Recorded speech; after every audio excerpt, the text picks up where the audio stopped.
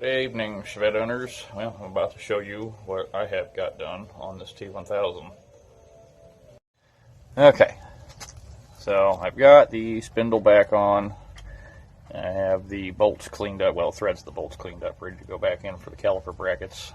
Putting the later 2-bolt caliper and bracket on this car. We're waiting on shocks to show up. Ball joints are set in max camber at the moment, and another little treat I wanted to show you guys. Originally, you have the thick bushing in between the tube and the end of the bushing in here, but it's tapered. As you can see, even in the stock configuration, it's tapered. And for whatever reason, there was never a bumper or a big washer on the outside or on the inside of these. And what that does is, under a really hard cornering situation, these arms actually will deflect back and forth, and they'll pull themselves off the bushing, and they'll end up bent.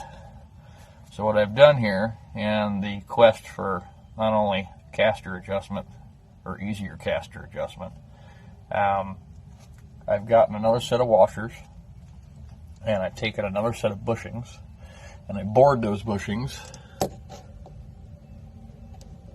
to fit the diameter of the new bushings. And then this washer goes up against the tube, the new bushing as well as the spacer bushing. And then once you have all of your caster spacers in both sides, and you have the nuts tight, or the nut tight, this doesn't go anywhere. As of right now,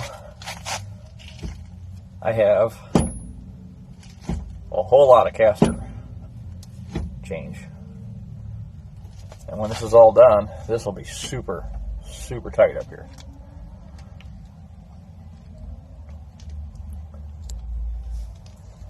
I'll bring you around to the other side and show you.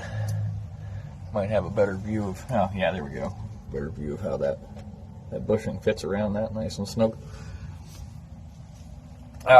One other thing I do when I have these apart, since I had good OE style non-adjustable ball joints, the ones that just have the 2 round holes, not the slots, I went ahead and installed new Zerk fittings after cleaning them up, and also new dust boots. And before the dust boots go on, I chase all the old grease out of these things completely. I move them around a little bit, shoot a bunch of new fresh grease in, and I'll keep doing that until I get nothing but fresh new grease out the other side. Then I'll cap them with a new boot and put them in, top them off with a couple squirts, and they're good to go. Same thing will be happening with these. This inner tie rod end, of course, is getting replaced, but these outer tie rod ends are in good shape, and I'm going to replace the Zerk fittings and probably the boots.